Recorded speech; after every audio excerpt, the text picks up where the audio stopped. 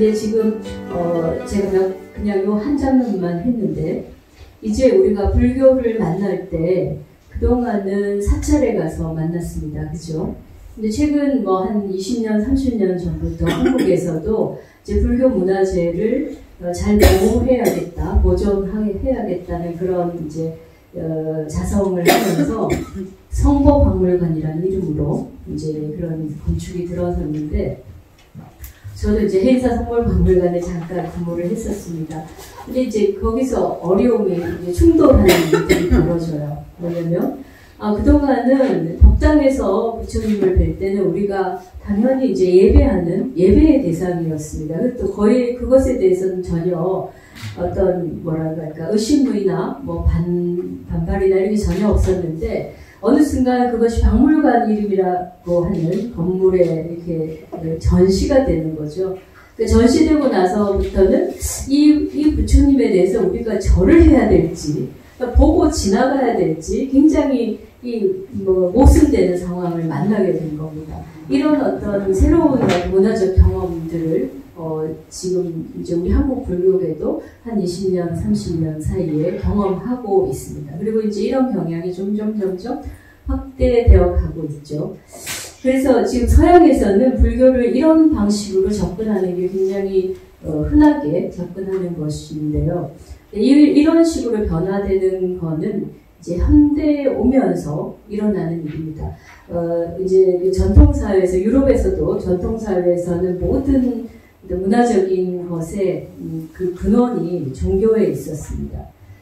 그리고 그 종교에서 만들어진 여러 가지 예술 생산품들은 숭배, 예배의 대상 또는 그러한 성스러운 이야기를 담고 있는 어떤 대상물이었다면은 이제 그 대중매체의 등장으로 인하여 이 변화가 됩니다. 이제 베냐민이 그 프랑크푸르트 학파의 한 이제 구성원이고 이 사람이 이제 유대인인데 프랑스에서 그 스페인으로 넘어가면서 유대인이니까 이제 그 독일 나치 점령하에서 생명의 위협을 느껴서 그 이제 스페인으로 건너가다가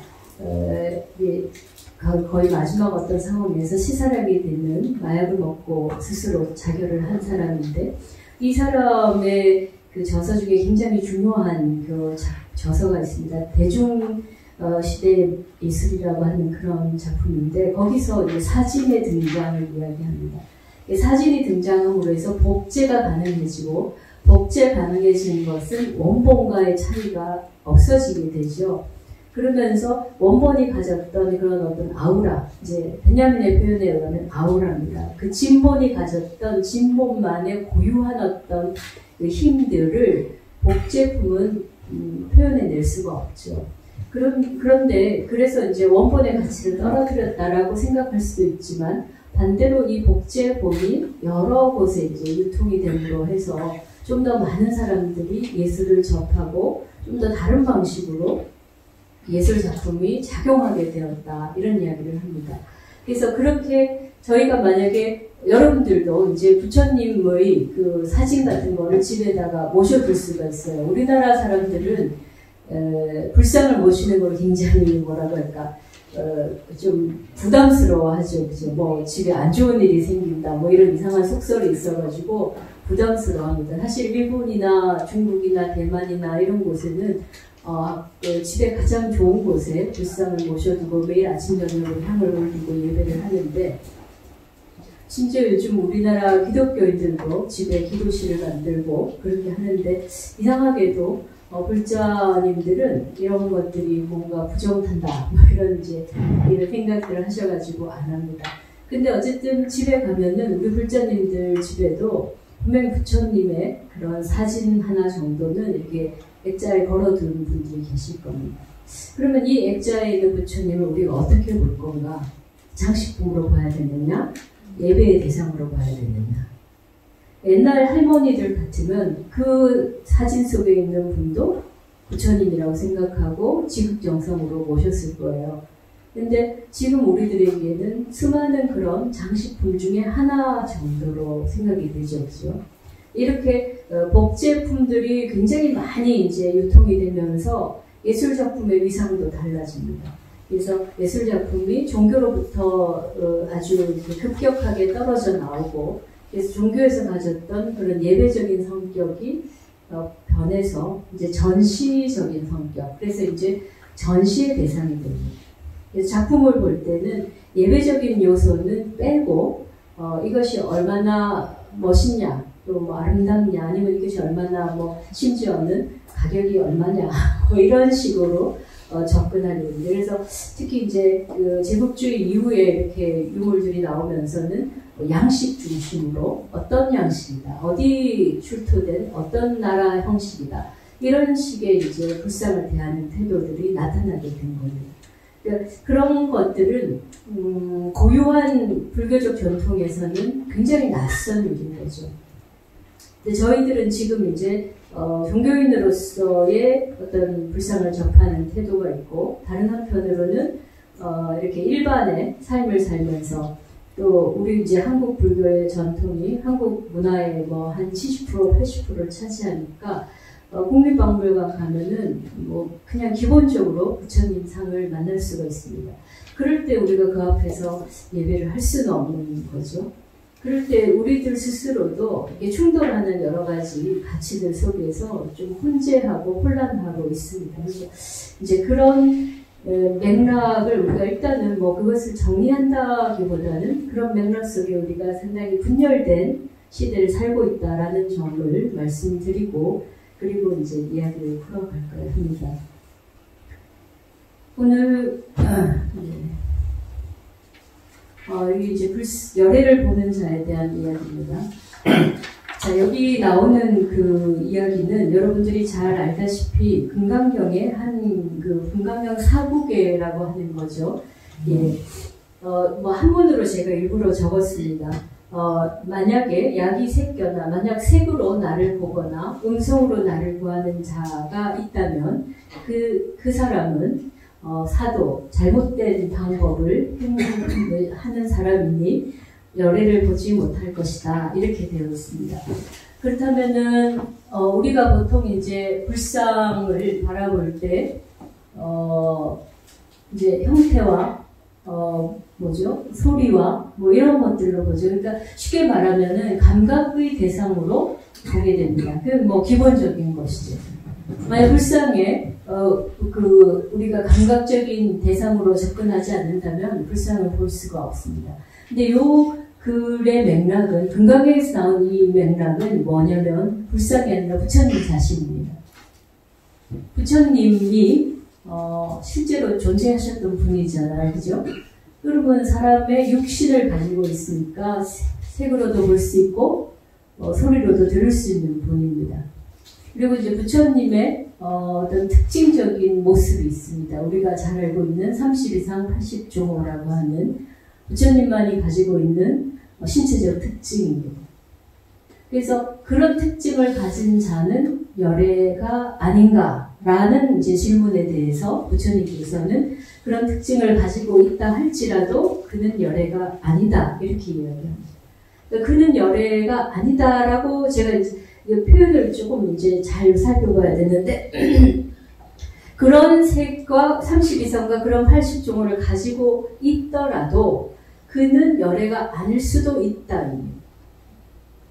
이제 불교적인 그 교리 속에서 보면은 32상과 80종호를 가진 자는 부처님만이 아니고 전륜성왕이라고 하는 그런 아주 위대한 통치자도 그 상호를 가질 수 있다고 되어 있습니다. 그렇다고 본다면은 그러니까 꼭 그 상호를 가졌다고 해서 부처님이라고 말할 수는 없죠, 그죠?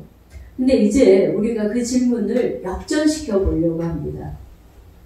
32상과 80종호를 가졌다고 해서 부처가 아니다라고 여기서 말하는 것이라기보다는 32상과 80종호를 가지고 부처를 보면 안 된다, 이렇게 말하는 거예요. 그죠? 핵심은 거기에 있어요. 그러니까 교리상으로 32상과 80종호를 가진 분이 반드시 부처님은 아니다.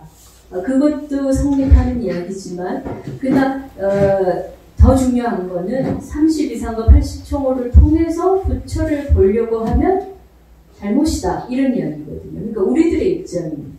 우리들이 누군가를 부처님이라고 볼 때 그 부처님은 32상과 80종호를 통해서 보는 것은 제대로 된 것이 아니다 이런 이야기입니다.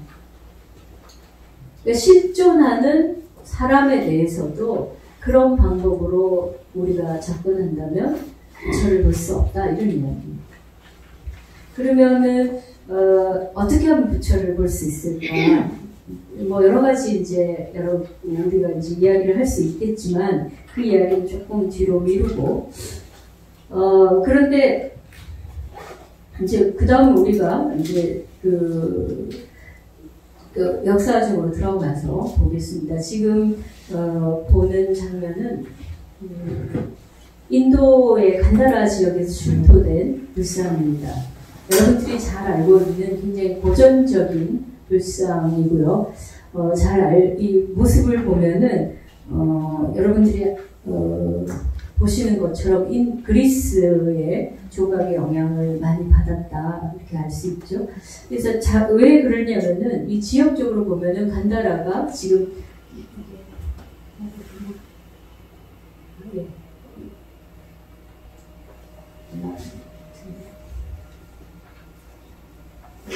여기 보면 간다라가 보이시죠, 그죠? 이 지역입니다. 이 지역이다 보니까 페르시아에서도 또 위쪽이고, 그래서 그 그리스하고의 관계가 굉장히 원활하게 이루어질 수 있는 그런 지역적인 곳이었다 이렇게 알 수가 있죠.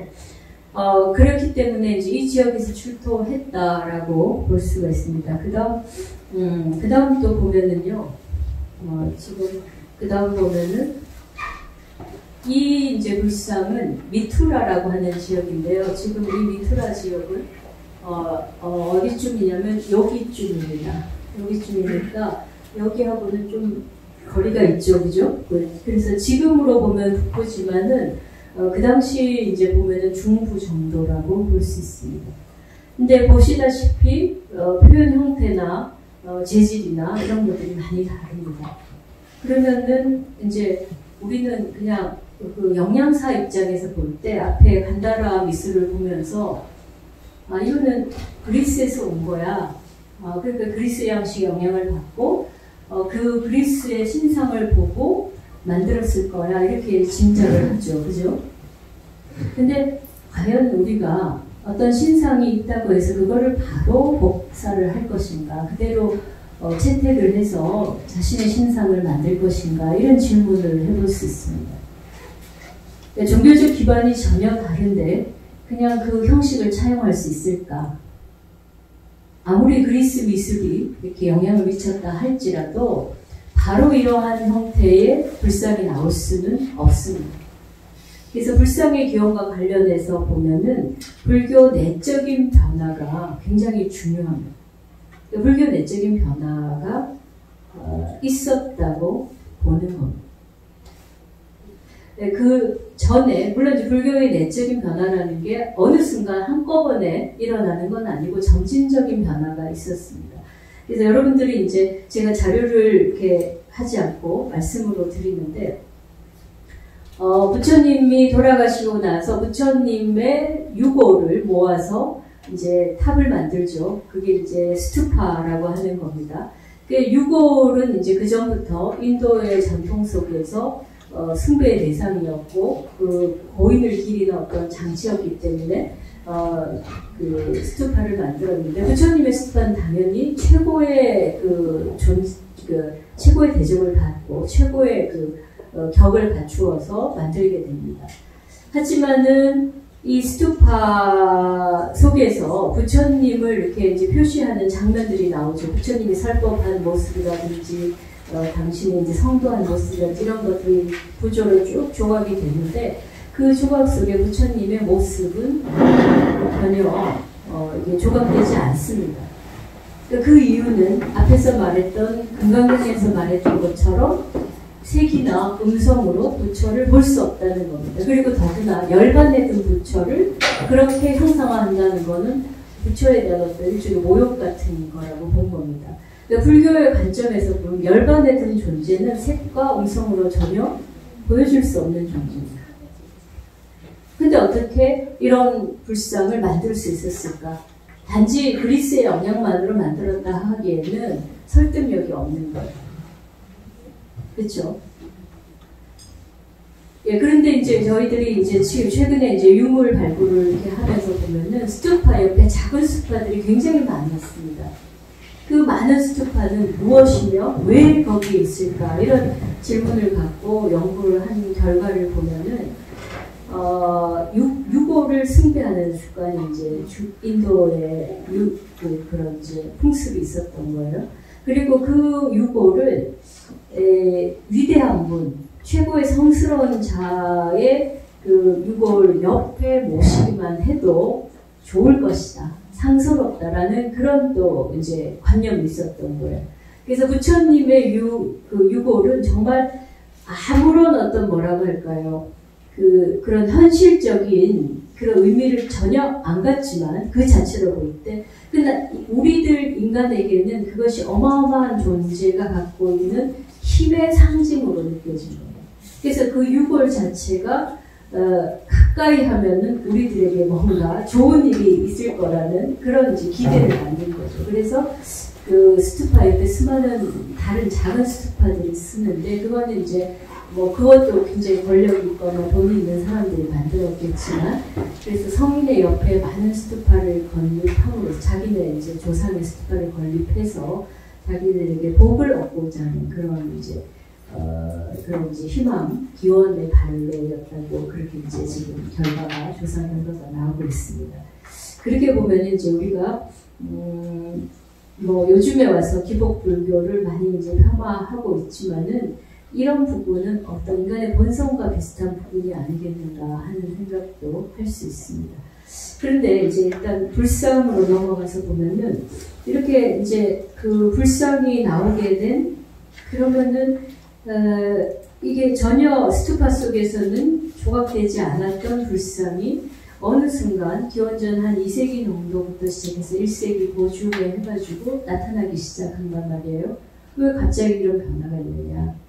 그래서 이제 불교사의 내부에서 이렇게 살펴보면은 그 시기가 대승불교가 일어난 시기하고 맞물립니다. 그래서 교리적인 변화 또는 신행활동의 변화들이 이러한 조각들을 만들게 된 더 근본적인 원인이 아니었겠나, 이렇게 추정을 하는 거죠. 그리고 이제 대승불교를 보면은 이제 요즘에 우리나라도 초기불교에 관심이 많아지면서 대승불교에 대해서 이렇게 반대되는, 배치되는 의견들을 많이 내지만, 사실 대승과 초기불교는 어떤 연속성의 측면에서 이해할 수 있는 부분이 훨씬 더 많습니다. 그런데 이제 그런 이제 그 대승불교의 그 전환 속에서 그 이제 경전이 만들어져요. 우리가 알고 있는 그 경전이라는 거, 부처님이 직접 말씀하시고 부처님이 돌아가시고 나서 결집을 해서 그 결집의 결과들로 이제 전승되어 온 것이다, 이렇게 알고 있잖아요. 근데 대승불교는 사실은 그렇지가 않아요. 말하자면 편찬되었습니다. 그래서 대승경전은 위경이다, 만든 거니까 부처님의 직설이 아니다, 이런 이제 논쟁이 일어납니다. 물론 그것의 이제 진위나 그런 과정에 대한 이제 여러 가지 논쟁점은 있습니다. 하지만 어쨌든 대승불교는 대승이라는 이념을 어떤 종교적 이념으로 이렇게 산출해낸 사람들이 경전으로 그것을 집필하는 그런 과정을 거쳤습니다. 그러니까 대승불교의 역사를 이해하려면 대승경전을 이해를 해야 됩니다. 대승경전은 그래서 초기 경전하고는 굉장히 질적으로 다릅니다. 여러분들이 보시면 알겠지만 초기 경전은 굉장히 짤막한 구조로 이루어져 있다면은 대승경전은 어떤 스토리라인을 가지면서 굉장히 길게 찬술이 되어 있고, 그 속에 내용, 물론 이제 사상적 내용도 굉장히 다르죠. 그래서 기본적으로 우리가 알고 있는 반야공사상이 들어가서 그 논의가 전개됩니다. 그런데 어쨌든 그래서 대승불교는 대승경전을 바탕으로 하는 신앙활동이다, 이렇게 정리를 합니다. 그건 이제 제가 정리하는 게 아니고 일반적으로 학자들이 그렇게 정리를 하고 있거든요. 근데 거기 이제 경전 속에 나오는 내용 중에 하나가 아미타 부처님에 대한 이야기가 나옵니다. 그래서 아미타 신앙은 대승경전과 연결되어서 이해할 수 있다는 거죠. 그래서 지금 이 부처님이 아미타 부처님이다 이런 이야기는 아니고 경전 속에 나오는 구절 속에 아미타불에게 기도하면 된다라든지 아미타불을 관상하라든지 이런 이야기가 나옵니다. 그래서 여러분들이 제일 잘 알려진 내용이 관무량수경에 나오는 그 대박적인 거죠. 그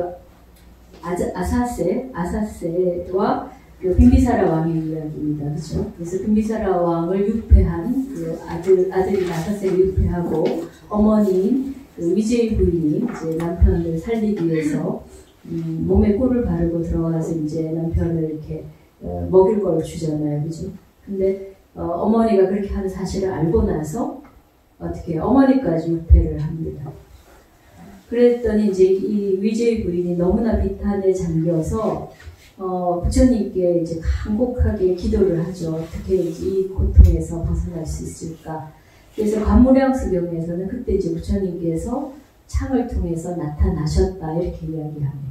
그리고는 이 위제이 부인에게 16가지 관법을 행하도록 이야기를 하셨고 그 관법이 16관법이라고 해서 관무량수경의 내용이 됩니다. 그래서 관무량수경에 서품이 있고 이제 본 내용이 있는 정용문이 있는데 서품의 내용은 그런 스토리들이 있습니다. 근데 거기서 주목할 만한 대목이 뭐냐면 아미타 부처님을 염하라 이런 이야기가 지금식으로 말하자면은 비주얼라이즈를 하라 이런 의미입니다. 관상, 상을 형성해서 바라보라. 스스로 상을 만들어서 그 상을 계속해서 염하다 보면은 그 상이 어떤 실제적인 삶의 변화를 줄 것이다 하는 내용입니다. 네, 그런데 문제는 이제 그 방법이 과연 그 경전에 처음으로 나타나는가? 이게 그러면 이제 그 대승에만 유독이 일어나는 대승적인 수행법이다라고 우리 이야기할 수 있고, 그러면은 초기 불교하고 굉장히 다른 방법이다 이렇게 이제 할 수 있죠. 그래서 정당성 그것의 권위에 대한 그것의 어떤 그 의미에 대한 논쟁이 시작될 수 있습니다. 근데 그게 이제 그러한 관법에 대한 이야기가 대승경전에 처음 나오는 것은 아닙니다. 그럼 어디에 나오냐?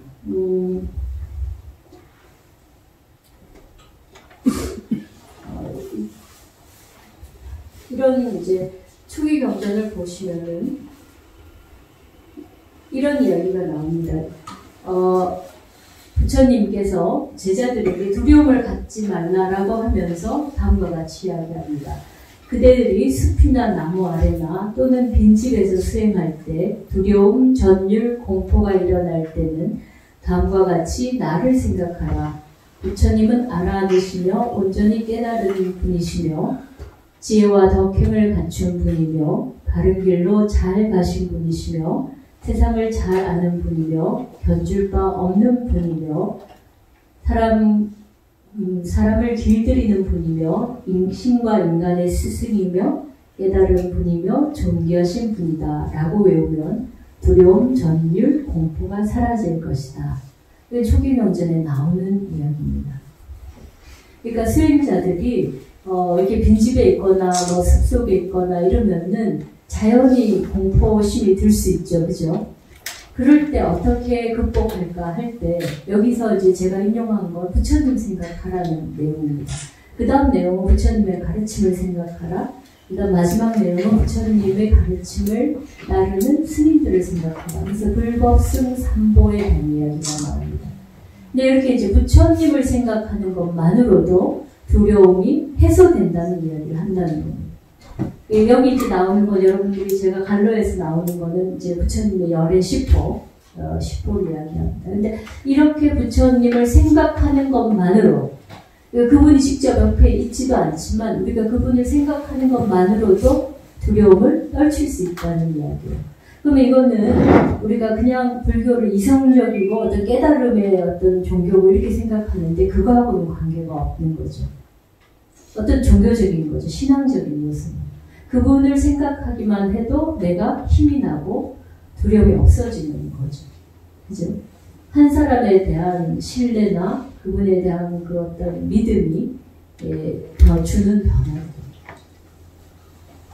그러니까 초기 불교부터 이러한 요소들은 있었습니다. 사실은 우리가 그동안에 불교학이 서구를 통해서 형성되고 서구에서 사실 들어왔습니다. 우리가 하고 있는 이제 전통적인 교학하고 지금 공부하는 불교하고 조금 맥이 다릅니다.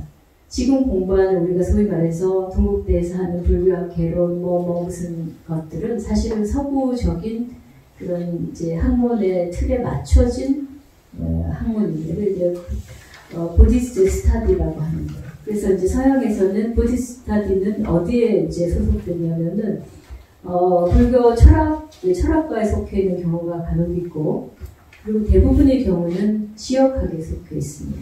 그래서 아시아 지역학, 그 다음에 인도, 히말라야 지역학, 아시아도 동아시아, 또 뭐 남아시아, 이렇게 이제 지역학으로 속해집니다.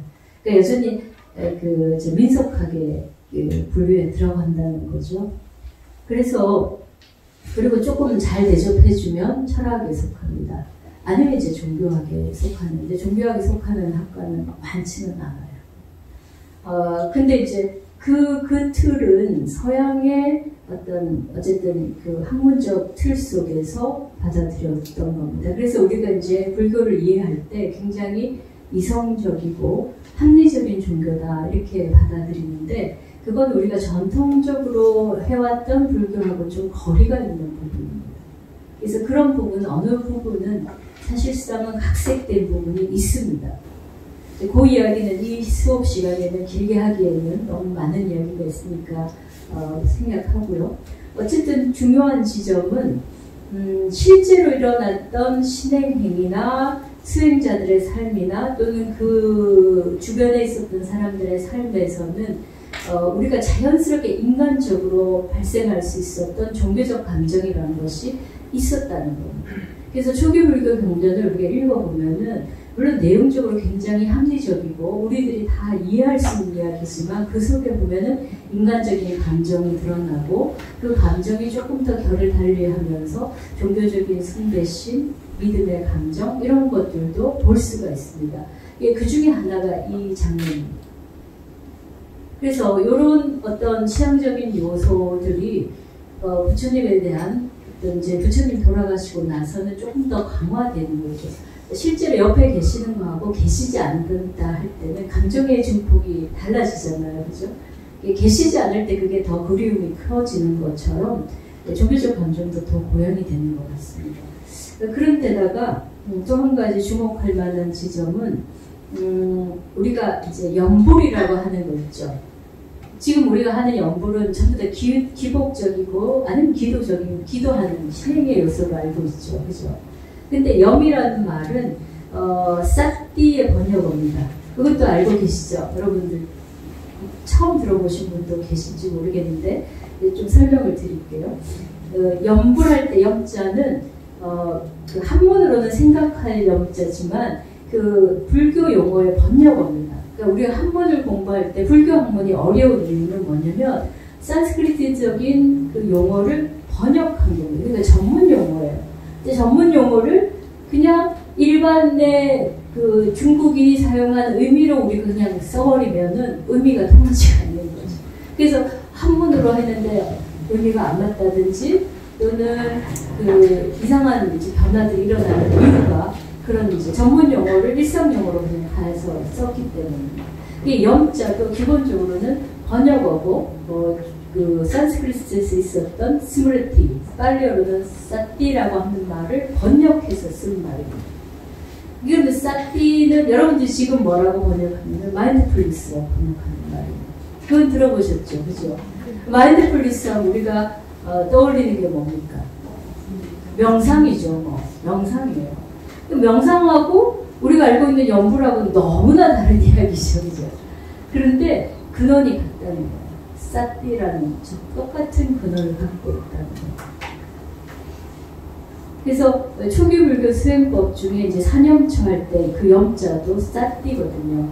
그러면은 그 사념처 내용은 신수, 신법, 뭔가 그 느낌, 수, 그다음에 이제 마음의 여러 가지 작용, 그다음에 법념처 이렇게 네 가지인데 그 중에 이제 신념처 중에 하나가 백골관 또는 우리가 말하는 그 부정관입니다. 부정관의 요소를 잘 보면 뭐냐면 내 몸을 관하는데 내 몸이 이렇게 건강한 몸이었다가 조금씩 몸이가 부패 썩어가지고 있죠. 부패에 들어가는 거를 보는 겁니다. 그건 어떻게 하는 겁니까? 실제 현실을 보는 게 아니죠. 상상하여서 보는 겁니다. 그러니까 우리가 불교 수행법하고 상상하고 연결됐다는 건 전혀 생각지 않는 겁니다. 불교 수행법 속에는 상상이라는 요소가 이미 들어가 있어요. 그래서 이 몸이 지금 현재는 건강하지만은 부패해서 백골이 되어 간다는 걸 상상하고 그것을 어떻게 하냐? 현실적인 걸로 느끼는 거예요. 그 차이죠. 그러니까 그래서 아주 그 수행을 철저하게 한 분은 내 몸이 진짜 썩어가는 것처럼 느끼는 거예요. 그래서 어떤 분들은 심지어는 이제 그런 그 느낌이 너무 강렬해가지고 몸에 대한 어떤 뭡니까 완전히 그 몸을 이제 이렇게 싫어하는 마음 그런 마음까지 생겨서 삶에 대한 이렇게 의욕까지도 버리는 분들도 계시고. 그래서 이제 여기서 중요한 요소 중에 하나가 물론 이제 마인드풀니스를 보면은 우리에 들어오는 현재 지금의 현재의 어떤 느낌, 감각 이런 거에 집중한다 이런 의미도 있는데 그러나 조금 더 확장된 개념이 있다는 거예요. 그거 보면 거기에는 상상력이 동원되고 있다는 거죠. 그러면 똑같은 명인데 육념이라는 게 있습니다. 그 육념은 6가지 대상을 생각하는 건데요. 그냥 생각하는 게 아니라 염한다는 건 싸띠 한다는 겁니다. 그 내용 중에 하나가 불법승이고요. 그리고 보시, 지계, 천상입니다. 우리가 잘 아는 불법승, 부처님과 법과 스님들을 생각하고 그 다음 보시를 늘 염두에 두고 살고 지계, 그 다음에 천상을 생각합니다. 근데 이때 이제 그 중에 제일 중요한 게 불수념이라고 해서 부처님을 생각하는 거예요. 이 부처님을 생각하는 거는 그냥 하는 게 아니라 부처님을 떠올리는 겁니다. 근데 어떻게 떠올리냐? 제가 이 경전 구절은 제가 지금 인용을 안 해왔는데요. 그 내용을 보면 그렇습니다. 어떤 수임자가 부처님 떠나가지고 굉장히 멀리 가 있는데 그 수임자가 항상 부처님을 향해서 기도를 하고 부처님 있는 곳을 향해서 절을 하는 거예요. 그랬더니 그 옆에 있던 이제 왕이 당신은 어떻게 해서 그런 이제 예배를 하느냐 하니까 저는 부처님을 떠나 있지만 항상 부처님을 보고 있습니다. 그렇게. 그래서 부처님 말씀이 자기가 꿈속에서도 듣고 꿈속에서 부처님을 본다라는 거예요. 근데 저희는 충분히 그거를 이해할 수 있을 것 같아요. 왜냐면 우리가 누군가를 정말로 좋아하고 그리워하고 존경하면은 꿈에서 보죠. 그죠? 근데 그런 것들이 굉장히 집중되어진 의식 속에서는 실제 하는 것 같은 느낌으로 보게 됩니다. 그런 게 가능합니다. 그래서 멀리 떨어져 있지만 항상 내 옆에 계신다 이렇게 이야기를 해요. 그리고 그래서 이제 그 속에서 부처님의 이야기를 듣는다고까지 이야기해요. 그러니까 자신이 필요한 이야기를 듣는다고 합니다. 그럼 우리는 여기서 현실과 비현실의 경계가 무너져 버려요. 뭐가 현실인가? 뭐가 비현실인가? 모릅니다. 근데 어쨌든 이게 이제 이제 부처님 시대에도 부처님을 멀리 떠나서 살게 되는 상황 속에서는 그 수행자들이 자연스럽게 가졌던 마음의 태도였고, 그리고 그것이 점점 더 강렬해지고 하나의 수행법으로 자리 잡게 된 것은 부처님이 열반하신 후입니다. 직접 계시지 않기 때문에 그것을 뭔가 좀 더 강력하게 자신의 현존하고 연결시키기 위해서 부처님을 생각하는 이 기법들이 발전되어서 이것이 불수념이라고 하는 수행법으로 조정이 됩니다. 그것을, 그래서 우리가 이제 깊은 선정에 들어가서 부처님의 형상을 떠올리고 그 형상을 실제하는 것처럼 생생하게 보게 될 때 이걸 이제 삼매라고 하는데 이 삼매를 뭐라고 말하냐면 반주삼매라고 합니다. 반주삼매의 경이라는 경전이 있어요. 그것이 인도에서 중국으로 넘어올 때 초기에 번역되었던 경전들 중에 하나입니다. 그래서 중국에서도 이 삼매 관련한 수행법이 사실은 교학보다 먼저 들어왔고 굉장히 큰 인기를 얻었습니다. 그러다가 이제 나중에 이제 대승의 여러 다른 수행법 들어오고 선불교 들어오면서 이 전통은 지나가 버렸지만 지금 역사적 자료를 보면은 반주삼매에 대한 이야기들이 초기 중국 불교에서도 굉장히 크게 이야기되었던 것을 알 수 있습니다.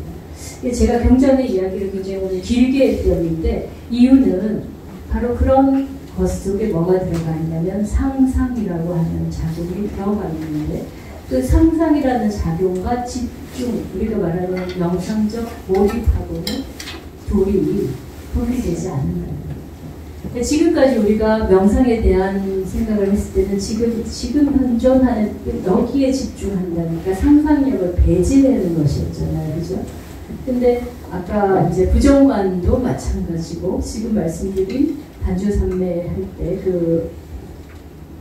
이제 불스념의 것도 보면은 상상력과 집중이 합쳐지면서 새로운 그 삼매의 경험도 들어갈 수 있다. 바로 이러한 변화가 본격화된 것이 대승불교라는 겁니다.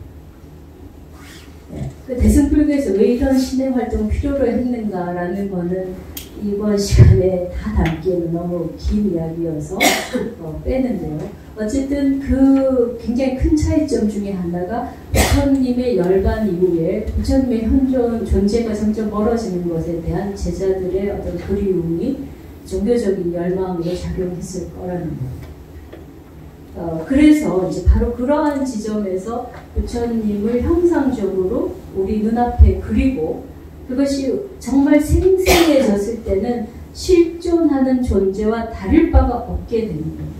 그 내용이 반주삼매 관무량수경에도 나옵니다.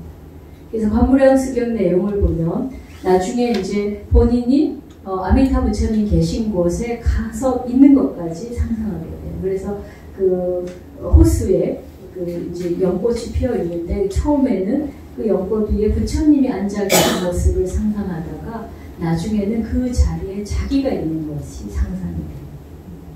그렇게 되면 그것이 그대로 리얼리티가 된다는 겁니다.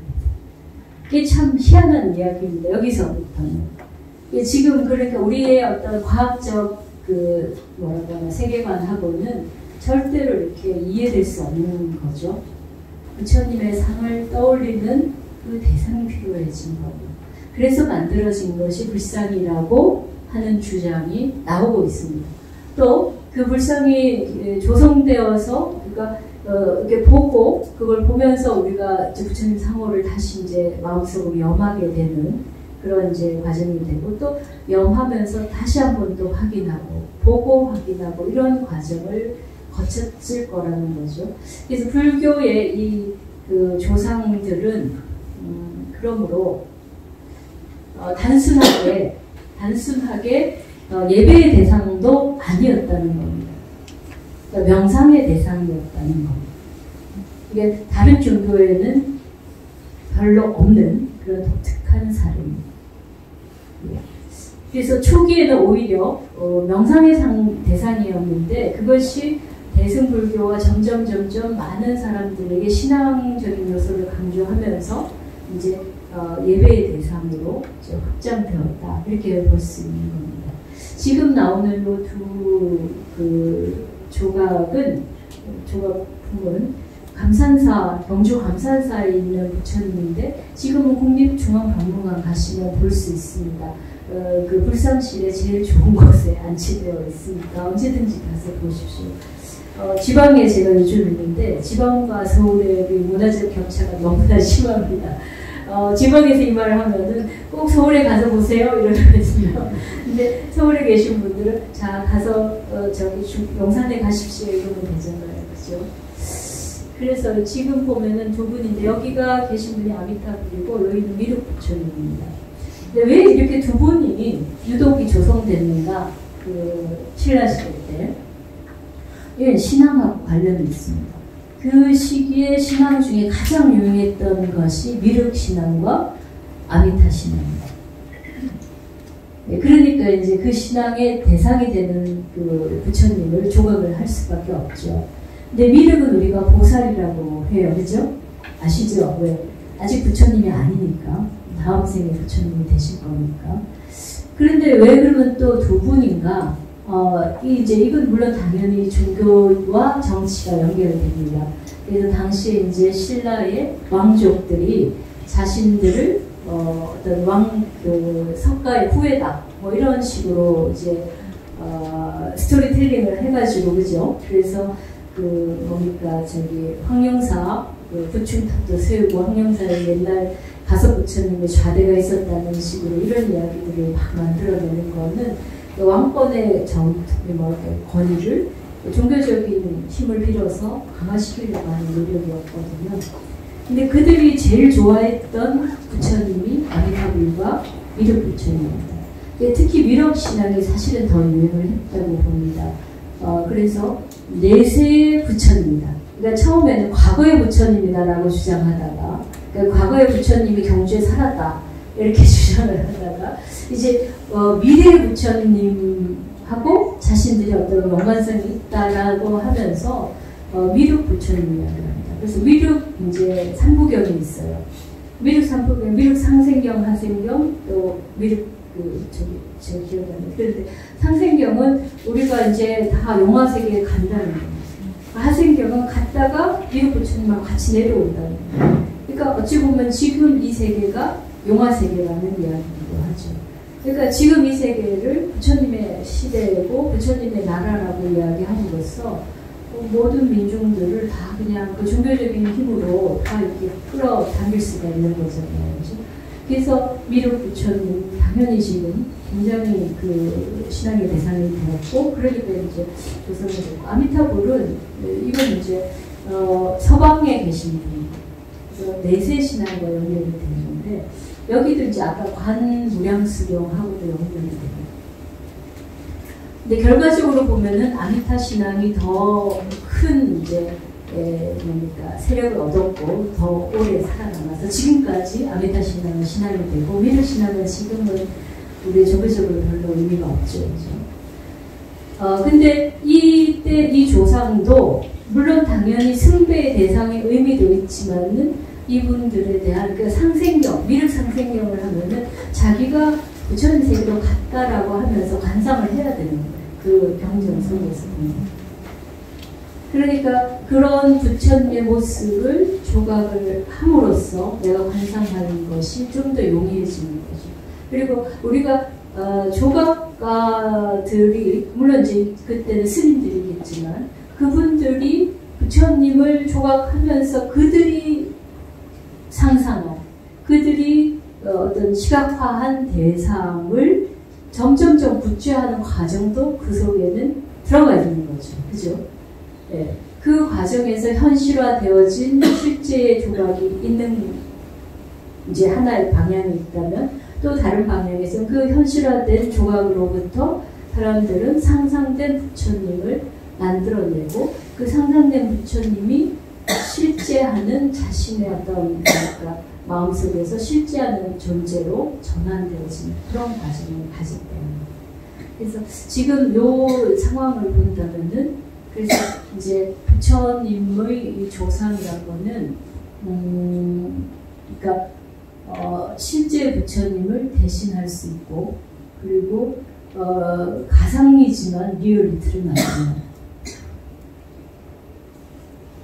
그래서 그런 이제 전환들이 있는데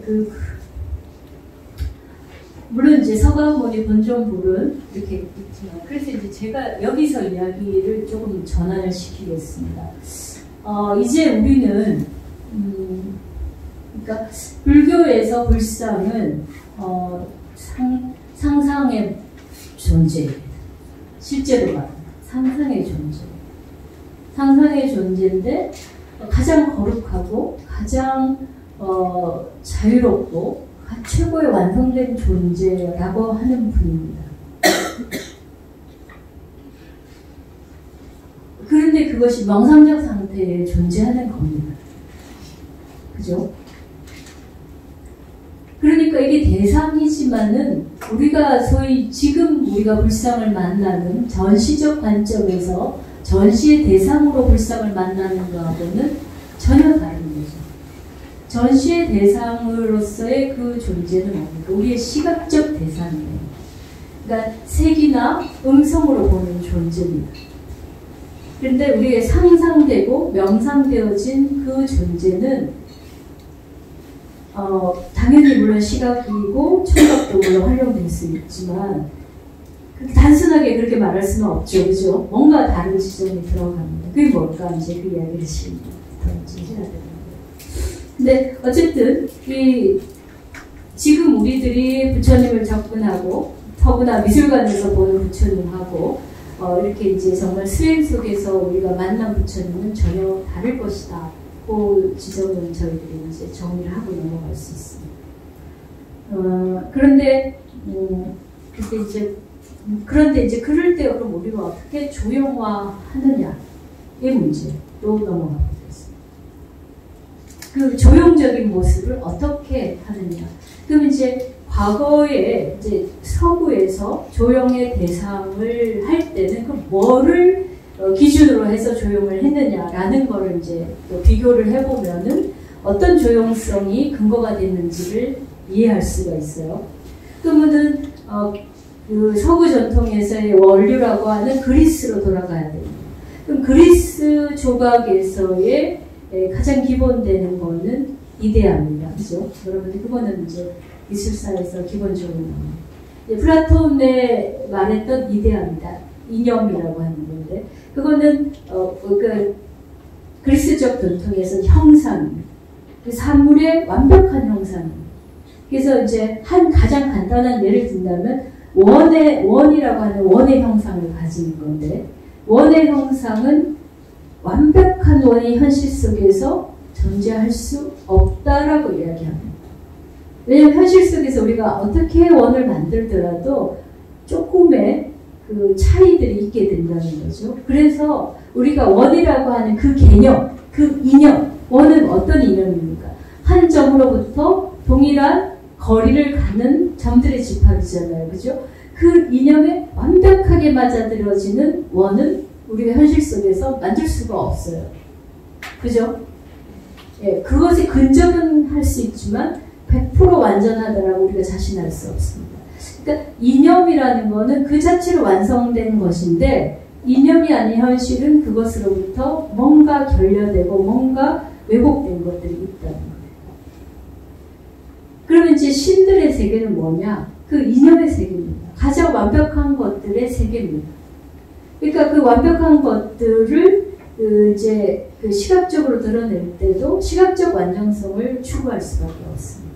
그래서 서양의 문명을 쭉 이렇게 관통해서 보면은 거기서 뭐 추구된 여러 가지 것들이 있지만 그 중에 굉장히 중요한 개념이 뭐냐면 완전성이라는 거예요.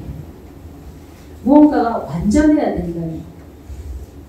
그 완전성 어떻게 정의하느냐는 각각이 다르지만 완전해야 된다는 그런 강박관념을 갖고 있습니다. 저는 이제 그 강박관념이라고 생각해요. 완벽해야 된다. 완성되어 있어야 된다. 그러니까 이념에 합당하게 완전한 형태를 갖추어야 된다.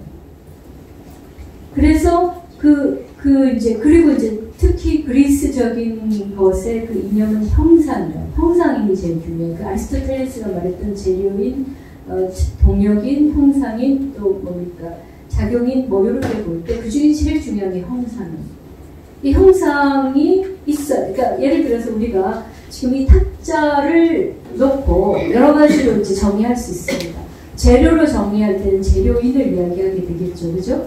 그럼 이게 나무로 만들 수도 있고, 철로 만들 수도 있고, 돌로 만들 수도 있죠, 그죠? 이게 나무가 이 탁자를 만드는 아주 기본은 아닌 거예요. 그러니까 재료인은 부가적인 거예요. 그럼 쓸모에 있어서 그 작용인에서 본다면 이거는 물론 당연히 우리가 책상으로 공부할 수도 있지만 때로는 밥상으로 쓸 수도 있고 때로는 의자처럼 앉을 수도 있고 그렇죠. 그러니까 이거 어디에 어떻게 쓰이냐는 것도 이 탁자를 정의하는 핵심적인 거는 아니에요. 그래서 그리스, 특히 아리스토텔레스, 플라톤에게서 가장 중요한 거는 탁자를 탁자답게 하는 건 뭐냐? 뭐겠습니까? 이 형태라는 형상이 탁자를 탁자답게 하는 가장 최우선적인 거예요. 그래서 형상이 가장 중요해요. 그러니까 이제 시각화된 형태가 제일 중요하고, 그러면 이제 우리가 가장 완벽한 것들을 생각할 때 사람들은 시각적인 완벽성을 생각하게 돼요. 시각적으로 가장 완벽한 게 이제 비례의 법칙, 균제의 법칙 이런 거. 비례가 맞아야 되고 좌우 대칭이 돼야 되고, 요즘 뭐 잘생긴 사람을 정의할 때 좌우 균형이 맞으면 진짜 잘생겼다고 하잖아요, 그죠? 그런 것이 시각적으로 우리가 그렇게 느끼게 되어 있긴 합니다만은 어쨌든 그런 이제 그리스적인 유산이라고 할 수 있어요. 그렇게 이제 완벽성, 완전성을 추구하는 것이 있습니다. 그러니까 이제 조각의 그리스 신상이 나올 때는 시각적으로 완벽한 형태를 만들게 됩니다. 그러니까 중요한 게 비례입니다.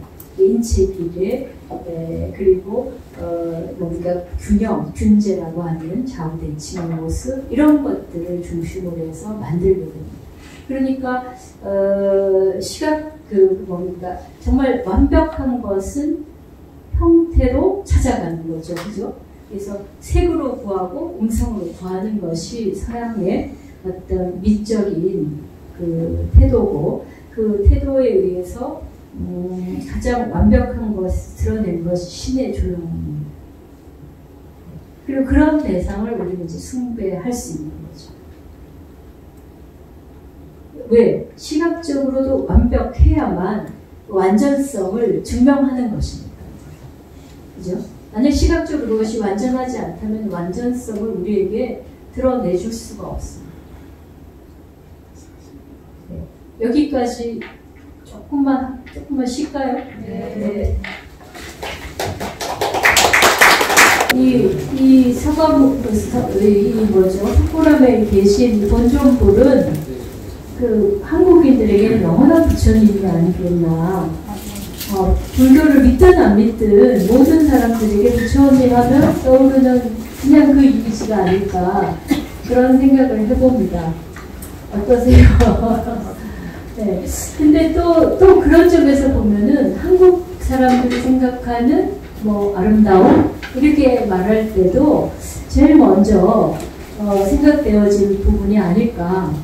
물론 이 미감에 대해서 100% 찬성하지 않는다 이런 분도 당연히 계시겠고, 더구나 이제 요즘에 현대적이고 서구적인 그런 이제 미적 감수성이 많이 이제 들어왔으니까 현실하고 조금 다른 부분도 있지만 그래도 여전히 우리들의 어떤 깊은 무의식 속에는 이런 부처님에 대한 어떤 그 느낌과 이런 미적인 감수성이 분명히 한 곳에 자리 잡지 않을까 그렇게 생각을 합니다. 근데 이렇게 이제 신라 시대 때 아주 고전적인 미의 아주 최고봉을 만들었거든요. 그죠?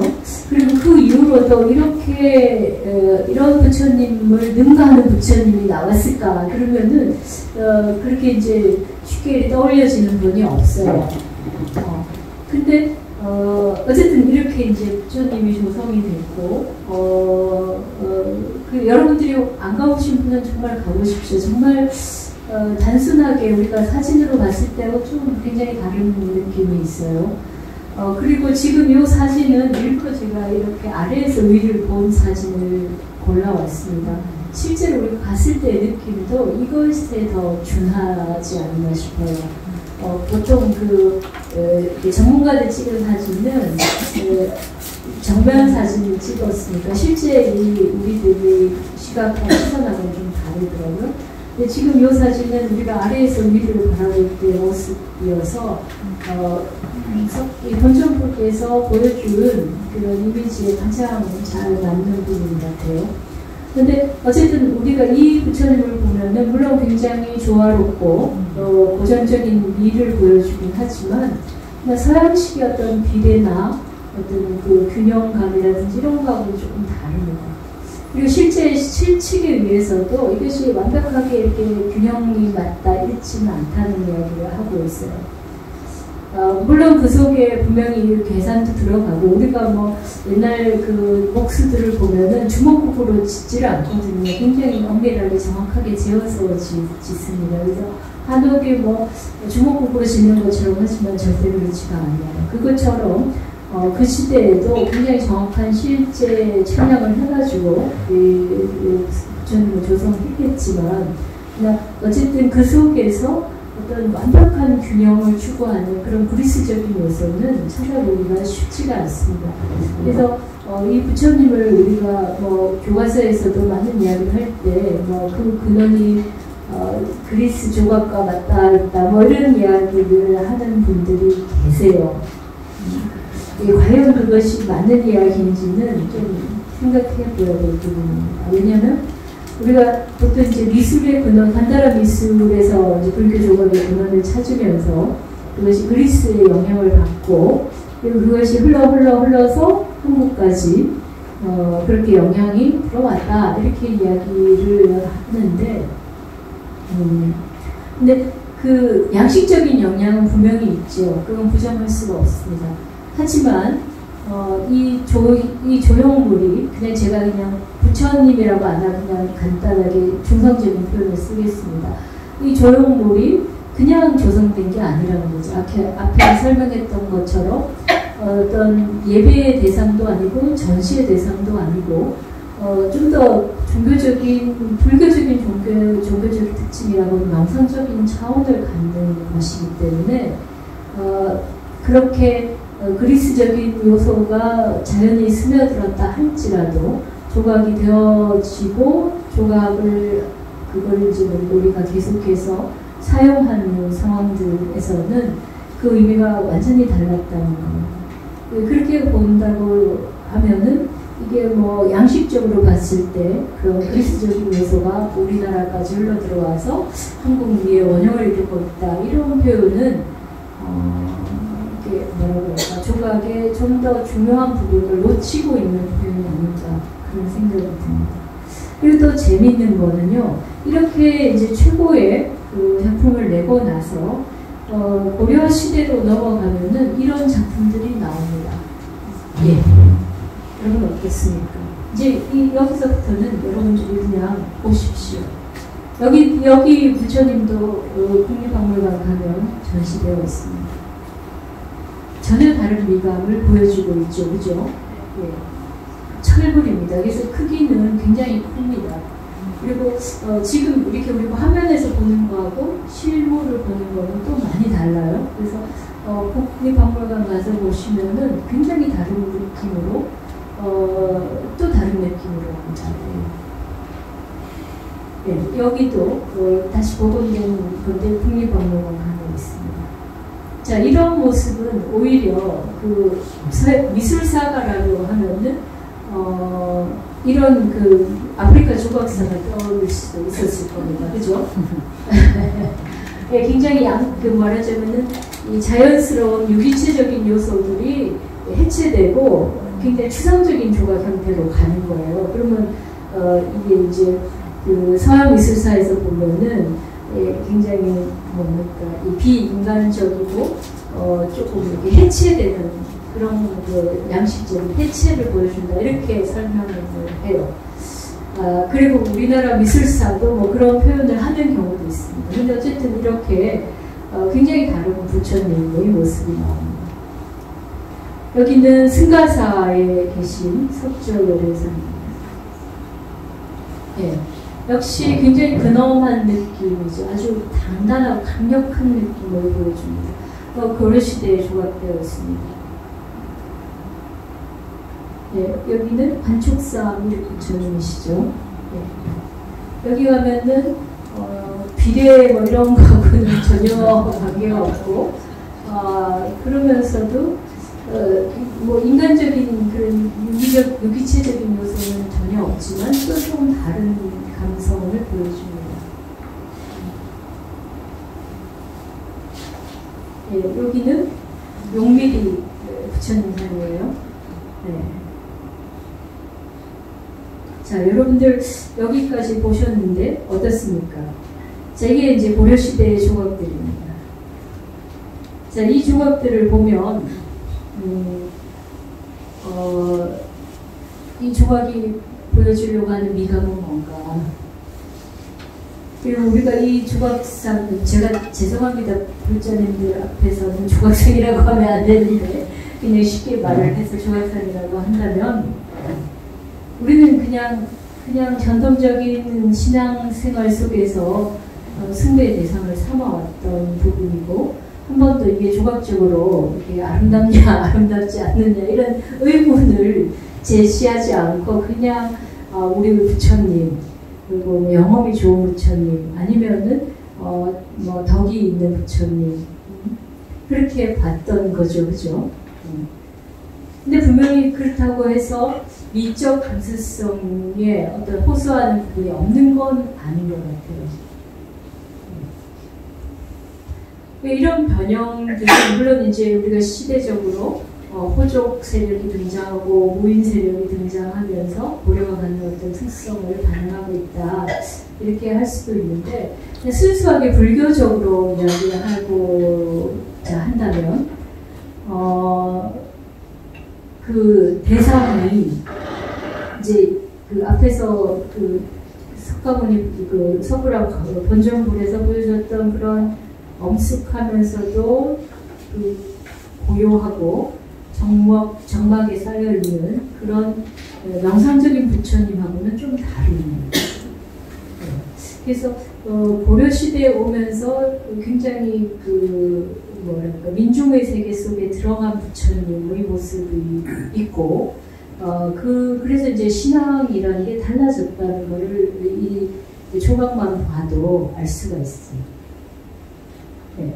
이게 이제 이미 어떤 민중의 어떤 생활 속에서 숭배의 대상으로 들어온 겁니다.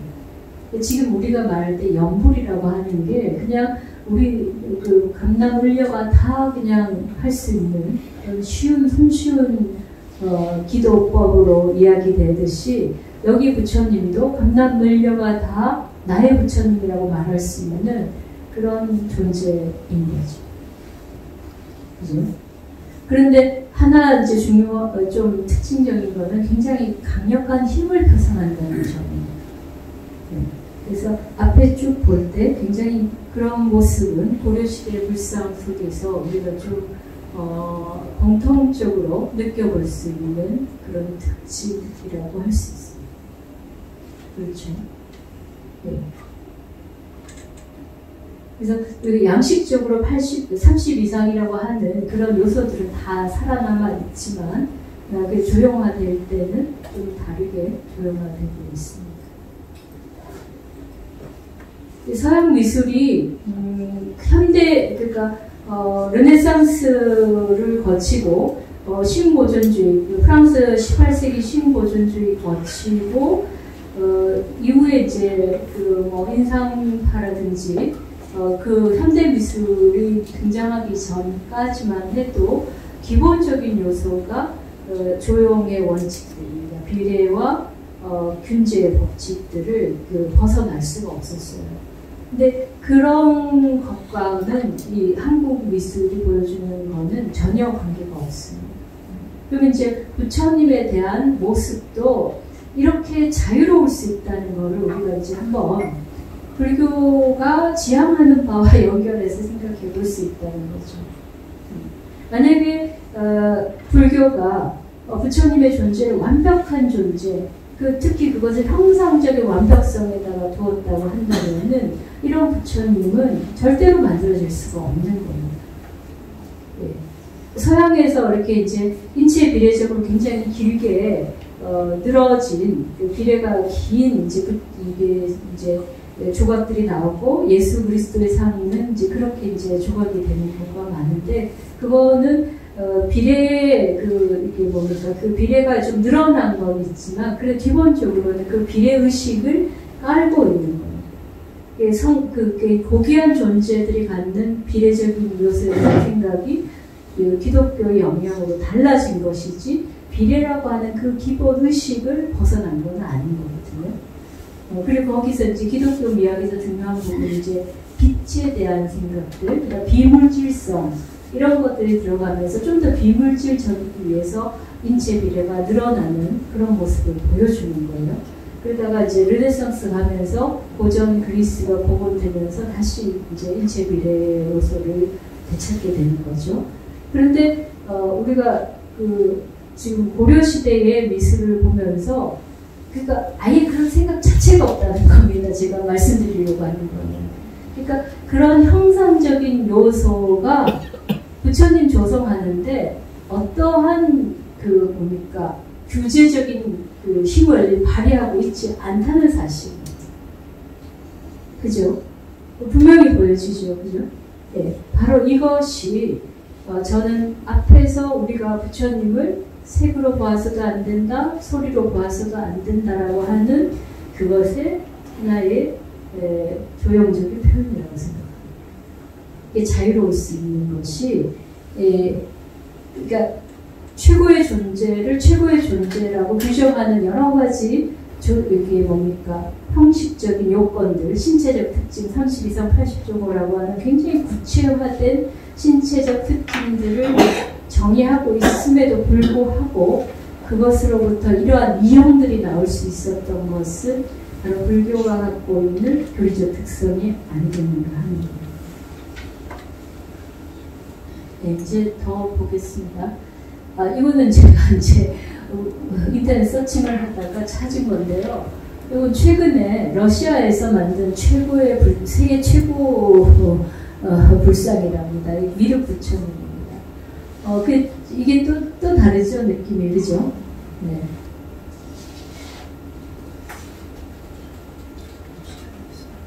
자, 근데 여기 부처님은, 제가 장소를 잠깐 잊어버렸네요.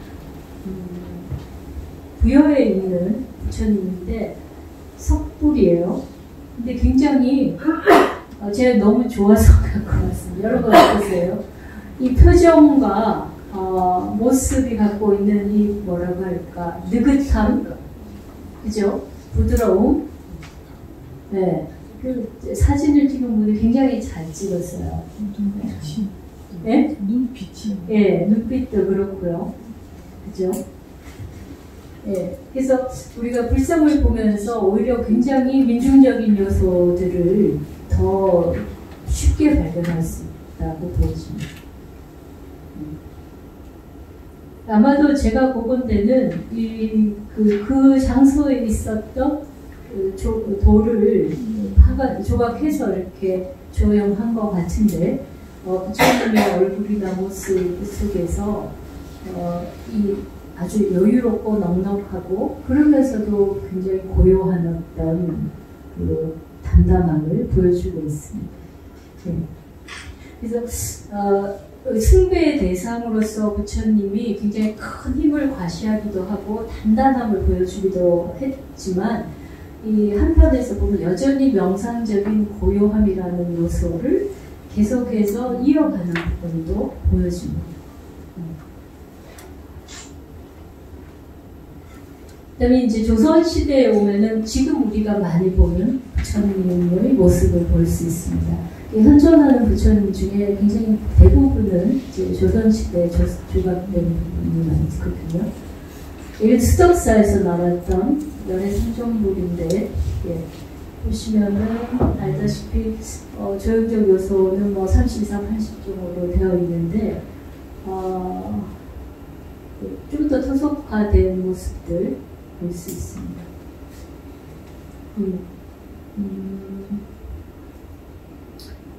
이 장면도 보시면은 얼굴을 한번 주목해 보십시오. 여러분들은 이 모습을 보시면서 어떤 생각이 드십니까? 한번 자유롭게 본인들의 느낌을 말씀해 보시면 좋을 것 같아요. 혼내키는 것 같아요. 혼내키는 것 같아요. 네, 또, 예, 또요. 네? 예? 근엄해 보이고요. 네, 또. 네? 날카로워 보이고. 집중해서 뭔가를 통일지게 풀어주시고. 집중해서 보시고 계시고, 또. 익살스러워 보이고요. 103사의 아미타 열애인데요. 안에 이제 이렇게 복장이 나왔는데 의복이 나왔고 그 조성자 이름도 나왔고 그랬습니다. 그냥 굉장히 일반적인 얼굴이죠. 그죠? 네. 별로 이렇게 잘생긴 미남형은 절대로 아닌 예. 약간 무뚝뚝해 보이고 그죠? 근데 이런 상황에서도 중요한 거는 우리들의 태도입니다. 우리들의 태도. 결국 이 부처님을 우리는 부처님으로 받아들이고 있다는 거예요. 네. 그래서 앞에서 굉장히 자유롭게 그 뭐라고 할까 그 형태를 파괴하고 우리가 알고 있는 그 사실성의 어떤 조형적인 원칙을 다 배제해 버리잖아요. 그 현대 미술에서나 볼 법한 그런 그 조각, 그 형태의 왜곡이 일어나는데도 불구하고, 우리 불자들에게는 이 전혀 부처님으로서 손색이 없고, 오히려 더 강력하게 다가왔다는 점이에요. 그러니까 이미 한국인들은 이러한 과정을 통해서 부처님을 바라볼 때 틀을 깨고 보는 겁니다. 그리고 어떤 대상이든 부처님이면 부처님인 거예요. 그렇죠? 그러니까 그래서 그냥 그 부처님 앞에 가면 판단을 중지하는 겁니다. 한마디로. 이분이 부처님다우냐 아니면 뭐 미적으로 아름답냐 아니냐 전혀 이런 모든 생각을 다 내려놓고 그냥 몸을 낮추어 잘하고 물론 뭐 기복을 할 수도 있고 뭐 바랄 수도 있고 하지만은 또 어떤 분은 명상적인 깊이까지 들어갈 수도 있겠지만 이미 이러한 모습들 속에서 우리는 그냥 금강경의 이야기를 사실상은 실천하고 있다는 거예요. 네. 재밌죠, 그죠? 예. 그러니까 그 전혀 우리들이 그 불교 교리를 아주 어렵게만 생각하고 무슨 어떤 색으로 구하지도 않고 소리로도 구하지 않으면 도대체 그 부처님 뭐냐? 그럼 색과 소리를 떠난 어떤 비물질적이고 추상적인 존재인가? 아니면 정말 존재하지 않는 어떤 것인가? 이런 이제 생각들을 그동안 해왔단 말이에요. 그래서 교리 공부를 하면서 굉장히 머리가 아팠어요. 도대체 부처님을 어떻게 봐야 돼?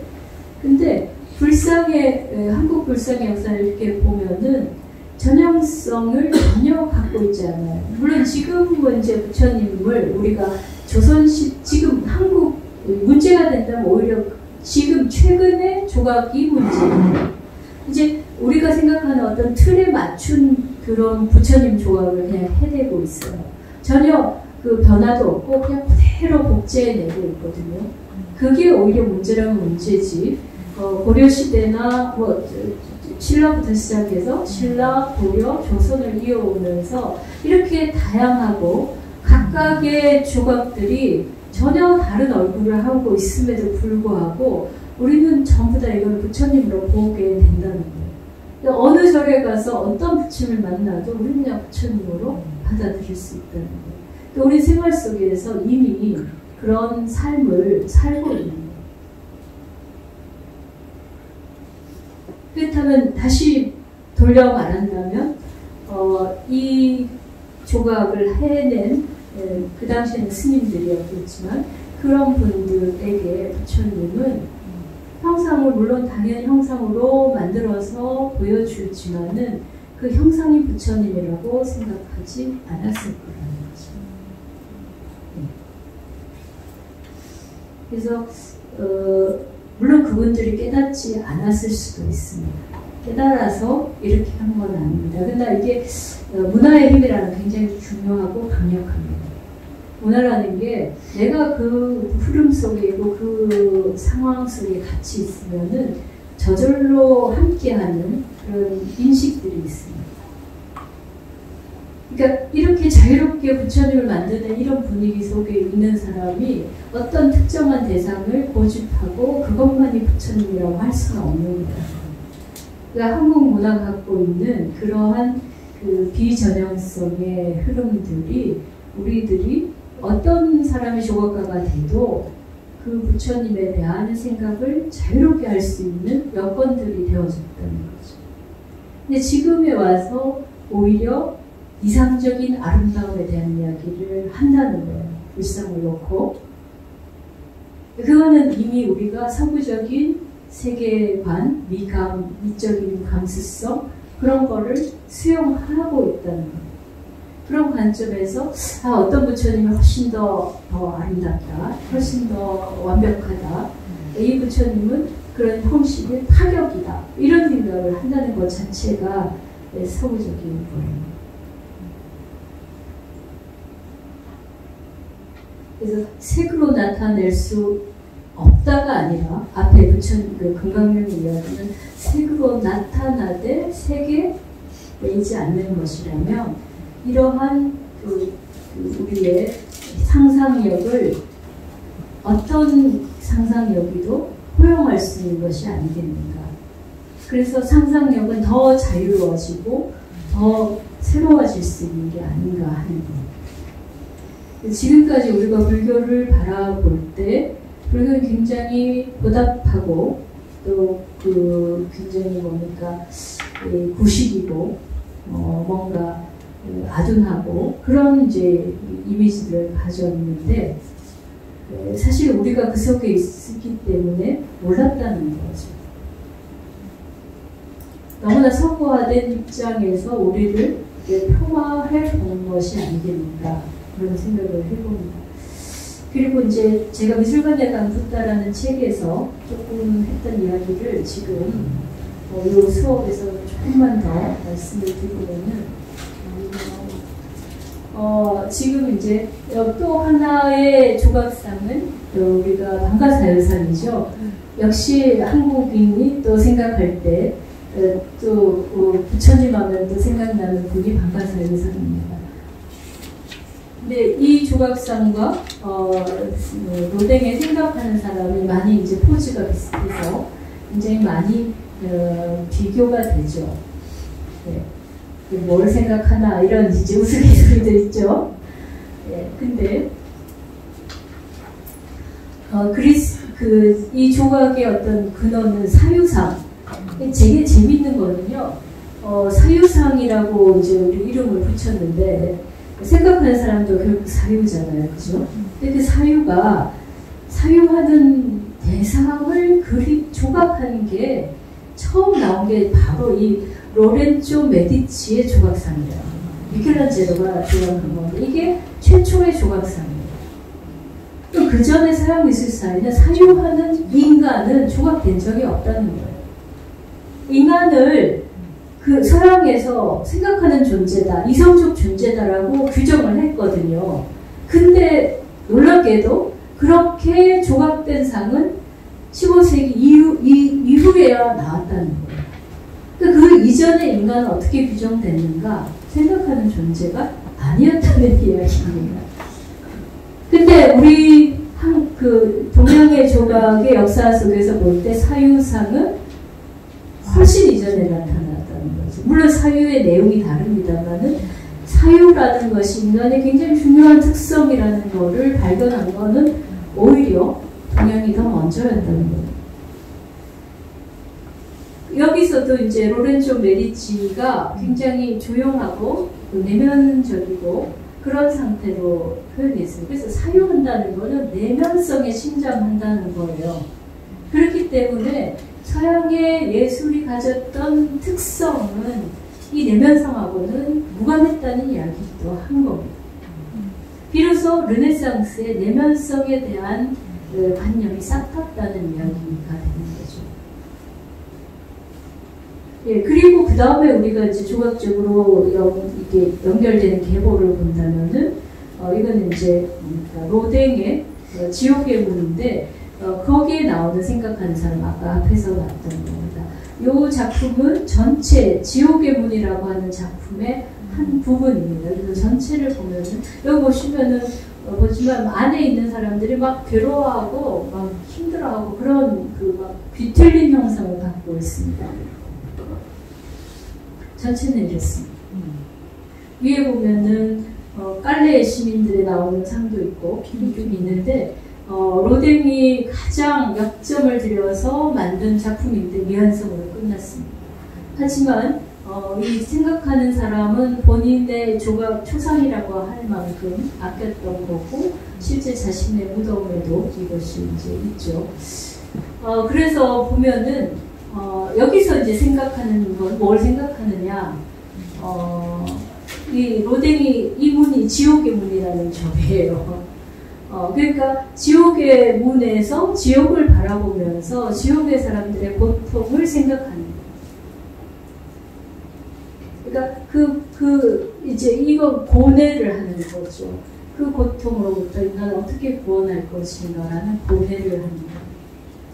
네, 그래서 이제 요 내용의 모티브는 단테의 신곡에서 따왔고, 그리고 조형적인 모티브는, 기베르티, 그러니까 15세기의 르네상스의 굉장히 중요한 미켈란젤로 이전에 기베르티라는 사람인데, 이 사람이 이제 천국의 문이라는 조형물을 만들어요. 그걸 만들고는 피렌체에다가 이렇게 세웠는데, 사람들이 정말 천국의 문이 있다라고 할 만큼 그렇게 환호했고, 그 작품에 나오는 표현이 너무나 현실감 있게 되어 있어서 정말 이런 작품은 최초다, 이런 이제 환호를 했던 작품인데, 거기서 모티브를 따와서 이렇게 지옥의 문을 조각했는데, 또 지옥의 문의 내용은 결국은 19세기에 로댕이 살고 있었던 서양이 지옥이라는 이야기입니다. 그리고 이 지옥으로부터 과연 인간은 무엇이며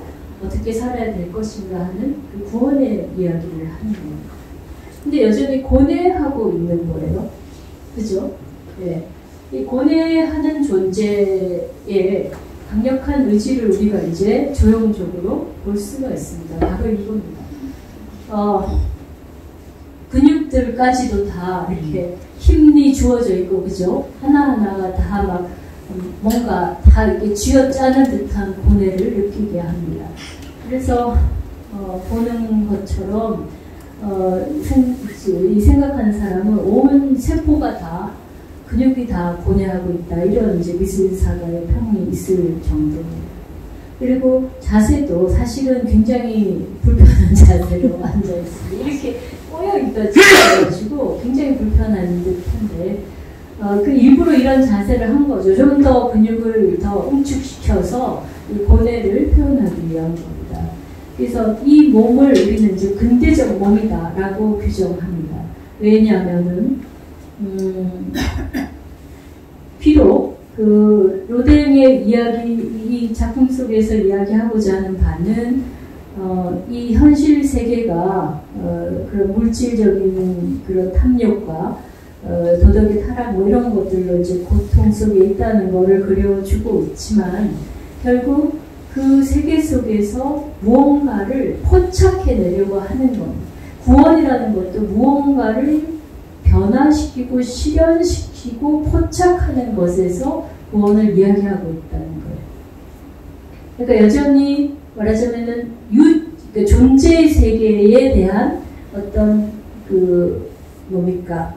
자기화, 존재를 자기 것으로 움켜쥐고 그 세계를 내 것으로 만들려고 하는 의지가 그 속에 관철하고 있다는 거예요. 그러니까 근대적 의지입니다.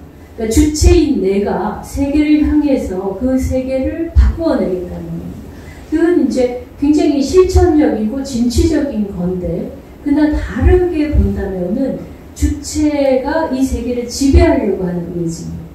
그래서 로댕이 말하고자 하는 것은 그 시대의 세계가 그렇게 무언가를 소유하고 무언가를 자기의 권력화하고 하는 점에서 보면은 잘못되었다라고 이야기를 하는데, 그러나 역시 로댕도 그 시대의 사람으로 그 세계 속에서 그러한 관점을 공유하고 있다는 거예요. 그래서 그 문제를 해결하는 방식 자체도 뭡니까? 주체인 내가 세계를 바꾸어내겠다라는 그런 입장이에요. 예, 그렇게 보면은 주체와 객체가 대립하고 있고, 언제나 인간은 세상의 주인이고, 이 주인인 내가 이 세상을 움켜쥐고 바꾸고 소유하겠다라는 관점은 여전히 동일하다는 거예요. 그래서 생각이 많을 수밖에 없는 거예요. 그러니까 로댕의 이 모습을 보면 그냥 단순한 조각이지만 이 존재가 정말 많은 고민을 하고 있구나, 너무나 많은 생각을 하고 있겠구나 생각이 그렇게 되죠. 그죠? 보는 순간 나도 그 고민 속에 같이 들어갈 것 같은 그런 그 느낌을 전해줍니다. 네, 얼굴을 보셔도 다 굉장히 근엄하고 심각한 모습입니다. 반면에 이제 방가사유상의 몸을 우리가 보면 어떻습니까? 이 몸을. 네? 아주 날씬해요. 슬림합니다. 이 속에 고민을 찾아볼 수 있을까요? 네. 네, 전혀 그런 군더더기가 없습니다. 물론 인체 비례적으로 본다면 로댕의 근육이나 이런 거는 굉장히 생체학적으로 맞는 표현이라고, 우리 여기 방가사유상은 인간의 몸이 아닙니다. 이거 이렇게 된 인간의 몸이 있을 수가 없습니다. 하지만 이건 조형의 표현인 거예요. 그러니까 서양과 동양이 어떻게 인간의 몸을 생각했냐도 정말 이렇게 다른 거예요. 그래서 이게 인체의 어떤 기능적 측면에 대한 이야기가 아니라 정말 우리가 어떤 세계를 지향하는가를 볼 수가 있습니다. 그래서 긍동미를 방가사유상을 여러분 보시는데 사실상 인체 비례로 보면은 안 맞아요. 근데 볼 수 있는 것처럼 우리 이제 야나기가 선의 한국은 선이다 이렇게 이야기를 했는데, 전 야나기를 별로 좋아하지는 않지만 야나기 무네요시의 그 중에 이제 동의하는 부분은 여기에 선이라는 거. 이 선의 흐름은 조금만 바꿔도 그 흐름을 느낄 수가 없어요. 예전에 제가 대구에서 어른 스님 모시고 어떤 인사동 거리 같은 데 갔다가 이 복제품을 봤는데 스님이 사시고 싶어 하셨어요. 제가 말렸습니다. 왜냐면 겉으로 보면 비슷했어요. 거의 비슷했는데 선이 다른 거예요. 선이 어디서 뚝 끊겨버리는 거예요. 스님 이건 안 됩니다 해갖고 다시 이제 했더니 맞네 그러시면서 그걸 안 샀는데, 제가 그때 깨달았던 게 이게 명품이구나. 이 명품이란 게 그냥 이렇게 요즘 복색 기술 얼마나 좋습니까, 그죠? 근데 그렇게 쉽게 복제할 수가 없다는 거예요. 네. 비슷해요, 그냥 언뜻 보면. 근데 그 선의 흐름을 이렇게 잡아내지 못합니다. 그래서 지금 여기서의 몸은 우리가 아까 소유적인 관점으로 볼 수가 없네요. 몸에 대한 생각이 다른 거예요, 전혀. 몸이 나다, 몸을 통해서 자기를 실현해 간다라는 생각을 한편에서는 사실은 동양이 하고 있습니다. 근데 좀 달라요. 사실은 몸을 소중하게 하는 경우는 우리 동양 사람은 훨씬 더 몸을 소중하게 아낍니다. 유교적인 전통에서도 신체 발부, 수지 부모 이래가지고 우리 몸을 함부로 하지 않습니다. 내 몸을 함부로 한다는 것은 부모가 주신 몸을 함부로 하는 거니까 부모한테 불교가 된다고 생각하고, 또 동양의 전통에서는 몸을 단련함으로써 정신을 단련한다고 봤기 때문에 굉장히 몸을 소중히 했어요. 근데 그거를 말해서 소유물로 생각하지는 않았어요. 근데 서양에서 보면은 지금 우리도 굉장히 몸을 소중히 하죠. 그죠? 내 몸을 위한 거라면 뭐든지 하죠. 그죠? 사우나도 가고, 맛있는 음식도 먹고, 보약도 먹고, 비타민도 먹고, 몸을 소중히 합니다.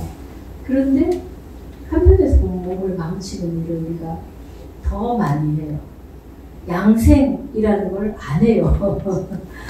몸에 안 좋은 거 해놓고 좋은 거 막 또 챙겨 넣는 거예요. 근데 그때 이제 몸은 뭐냐? 몸에 나름의 자율적인 원칙이 있고 그 속생의 원리가 있는 거를 우리가 맞춰가야 되는데 서양적인 사유방식에서는 이건 그냥 하나의 도구라는 거예요. 근데 도구를 또 뭡니까? 잘 오래 써야 되니까 이런저런 영양제 뭐 이런 걸로 이렇게 보완을 해가는 거이죠. 그리고 또 바디빌딩의 측면에서 봐도 동양에서는 이 바디빌딩의 측면이 이 몸의 건강성을 회복하는 과정이 양생이라는 거예요. 생명력을 계속해서 길러가는 것입니다. 그래서 모양이 중요하진 않았어요. 근데 서양적인 바디빌딩은 뭡니까? 몸의 형태를 잘 만드는 것이 중요해요. 그래야 몸이 건강하다고 생각한 부분도 있고 또 어떻게 합니까? 몸에 보여지는 측면들을 중요시하는 거예요. 그래서 우리 이제 동양의 그림을 보면은 몸에 대한 표현들이 굉장히 생략되어 있습니다. 지금 여기도 사실상 얼굴에 비해서 몸은 굉장히 단순하게 표현한 거예요.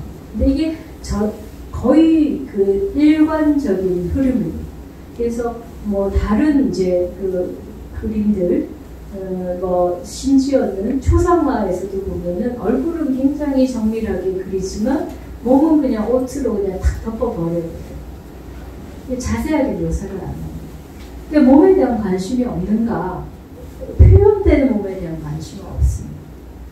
그런데 실제로 몸을 아낀다는 측면에서 보면은 훨씬 더 몸을 아끼는 거 있습니다. 서양의 그림을 보면 몸에 대한 표현이 굉장히 많습니다. 근데 그 몸의 이상적인 몸을 향해서 자기의 몸을 바꿔 가려고 하는 거죠. 그래서 뭐 요즘은 성형이라는 것도 있고, 그죠? 또 뭐 바디 트레이닝 해가지고 뭐 날씬해져야 된다 이런 감각들을 갖고 있죠. 네. 그게 우리가 소유를 중심으로 하는 삶을 사느냐, 반대의 삶을 사느냐의 차이라고 볼 수 있습니다.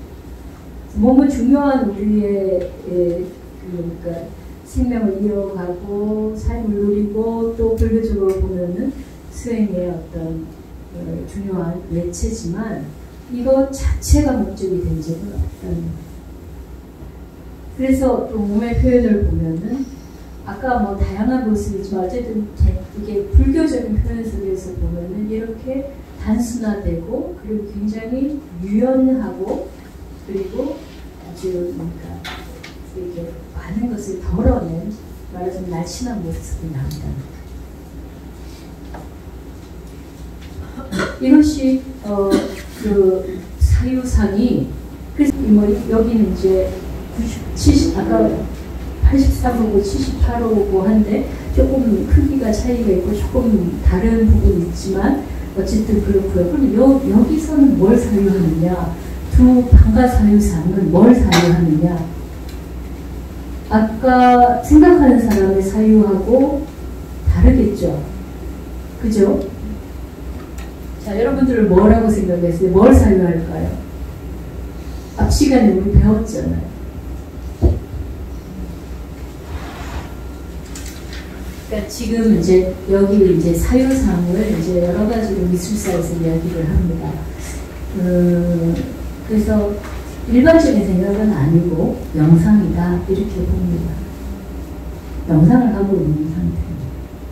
근데 이 조각의 어떤 이게 이제 미륵이냐 아니면 석가모니 붙였느냐 이런 것도 이제 논쟁이 되거든요. 두 가지 다 이제 내용은 영상의 내용이에요. 미륵 사유상이라고 할 때는 역시 미륵 상생령의 이야기, 하생령의 이야기를 하는 거예요. 그래서 용화 사상에서 있는 미륵 부처님을 우리가 그 시각화하는 영상을 통해서 자신이 다음 생에 미륵의 세계에 가려고 하는 준비적 수행을 하고 있다는 거예요.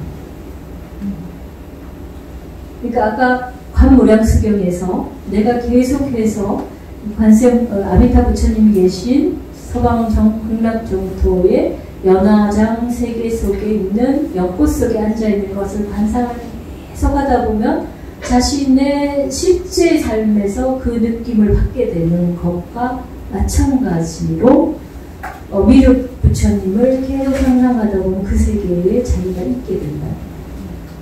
이 이야기는 정말 종교적인 이야기고 어떻게 과학적인 세계관 속에서는 설명할 수 없는 이야기지만 그러나 분명히 그 부분의 수행법은 있습니다. 그리고 조금 더 말씀드릴 수 있다면은 우리들이 예를 들어서 기도를 한다든지 또는 명상에 깊이 들어가면은 어떤 상들이 이렇게 가끔 떠오를 때가 있는데 그 상은 굉장히 현실성을 떼요. 그래서 내가 잠깐 봤는데 그 상과 연관된 일이 현실 속에서 일어나는 일들을 경험하는 분들이 꽤 많이 있어요. 그게 유흥 같은 경우는 동시성의 원리입니다. 뭐 이렇게 표현하는 게 있습니다. 그러니까 예를 들어서 내가 여기에 갑자기 어떤 앵무새가 한 마리 이제 세상에 있었는데 그 앵무새가 이게 뭔가 이렇게 울었는데 그 울음이 뭔가 이상하게 나한테 울림이 특별하게 느껴지는 일이 있는 거예요. 근데 그 순간 나의 친척 중에 누군가가 돌아가셨다든지 그런 일이 일어나는 동시성, 그런 걸 동시성이라고 하는데 그런 것처럼 우리가 명상의 상태에서 완전히 모든 생각과 모든 것이 이제 없는 상황이지만 어느 순간에 영상이 확 들어올 때가 있어요. 그 영상이 현실성을 바로 지니는 경우가 있습니다. 사실 그때 들어오는 영상은 현실성을 지닙니다. 의식의 세계에 대해서 우리가 참 모르는 게 더 많아서 말씀드리기 참 어려운데 어쨌든 그런 요소들을 생각해 본다면은 지금 이 이제 미륵 방가사유상은 미륵의 세계에 자신이 존재함을 상상함으로써 그 세계에 환생하려고 하는 의지를 표출하고 있는 겁니다. 또는 서가모니 부처님이라고 한다면은 태자로서의 서가모니 부처님이다. 이제 신라 시대로 치면은 그들이 미래의 부처님이라고 말하는 것이 훨씬 더 좋잖아요, 그죠? 현세의 부처님보다는. 그래서 미래의 부처님 중에 미륵 부처님도 되지만 서가모니 부처님이 태자였을 때의 모습으로 하면은 미래의 부처님을 이야기할 수 있으니까. 그래서 태자였을 때 명상에 잠겼던 그 모습을 그렸다 이렇게도 이야기합니다. 어쨌든 내용의 중요한 부분은 명상을 하고 있는 사유상이라는 거죠. 그러니까 이미 이 종합적으로 만약에 이 얼굴과 로생에 생각하는 사람의 몸이 결합되어 있다고 여러분 상상해 보십시오. 이게 가능한 조합이겠습니까? 그죠? 전혀 서로 매칭이 안 되는 거예요. 서로가 지향하는 세계가 그렇게 다른 거예요. 그래서 이런 조형적인 표현이라는 게 우리가 보기에 그냥 조형성으로 어떤 양식으로 일어난다 이게 아니라는 거예요. 특히 종교적인 상들은 그 종교가 지향하고 종교가 실천하고 있는 어떤 정신세계를 표현하고 있는 거예요. 그 정신세계는 우리가 보기에 이렇게 표현되는 거예요. 그래서 이렇게 이제 한국의 영원한 미라고 할 수 있는 사쿠라의 번정불과 지금 방가사유상을 보면은 우리들이 부처의 모습을 상상하고 있는 부처님입니다. 부처의 모습을 상상하고 있는 부처님인데 그 부처님은 사실은 대상이 아닌 부처님입니다. 이건 좀 어려운 거. 대상인데 대상이 아닌 겁니다. 이제 그 이야기는 우리가 지금 더 말을 하면 여러분 머릿속이 더 헷갈릴 것 같고 또 대답을 듣는 것보다 의문을 갖는 것이 여러분들에게도 더 좋은 일일 거라고 생각이 들어서 그냥 거기까지만 이야기를 하고자 합니다. 네. 분명히 부처님을 상상하고 있음에도 불구하고 대상이 아닌 어떤 대상이다. 그래서 이제 앞에서 열애를 보낸 자라고 하는 오늘 우리 제목이 있었는데 불성의 조각은 대상으로서의 열애를 색과 소리로 만들어낸 것이지만, 그러나 우리가 이렇게 쭉 보아왔듯이 그걸로부터 자유로운 거라는 점입니다. 우리도 이제 부처님을 보면서 자유로워져야 되는데 우리는 어떻게 하는가, 이제 거기에 또 의무표를 하나 또 찍어야 되겠죠, 그죠? 오늘 저 강의는 여기까지 하고요. 여러분들의 질문을 받도록 하겠습니다.